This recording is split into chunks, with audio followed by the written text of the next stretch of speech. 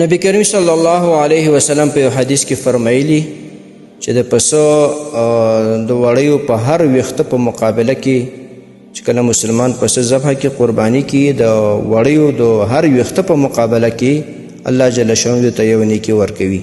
دې حدیث روایت مسند احمد کړی دی. محترم مسلمانانو ورونو دا حدیث من بار بار بیان کوم، مقصد مې دا دی چې د دې حدیثونو لاندې ته یو مسله بیان کوم.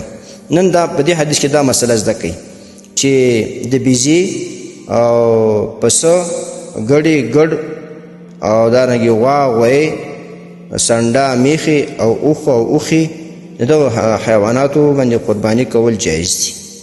په غوا باندې هم کوي جایز ده، په غوی باندې هم جایز ده، پسه باندې، په میږه باندې، په بیزه باندې او غوا دغه سنډا میخه باندې دې ټولو باندې قرباني جایز ده.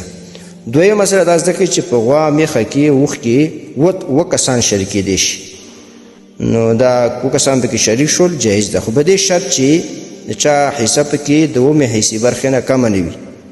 اووه کسان پکې شریک شي خو چې د اومو حصې نه د هر یو برخه اومې حصې نه کمه نه وي، او د ټولو نیت پکې د قرباني وي یا د عقیقې وي، د غوښو نیت نه وي.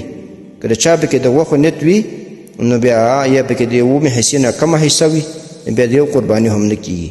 د دې وجې نه محترمو علما فرمایي چې کله په غټ حیوان کې شریکېږي نو داسې کسان ځان سره شریک کړي چې هغه په دې پوهېږي چې د قرباني د غوښو دپاره نه کوم، دا د الله لخوا نه واجب شی دی، او نیت د قرباني وکړي چې د الله وجوب د الله لخوا نه په ما واجب د قرباني کوم چې غاړه مې خلاص شي.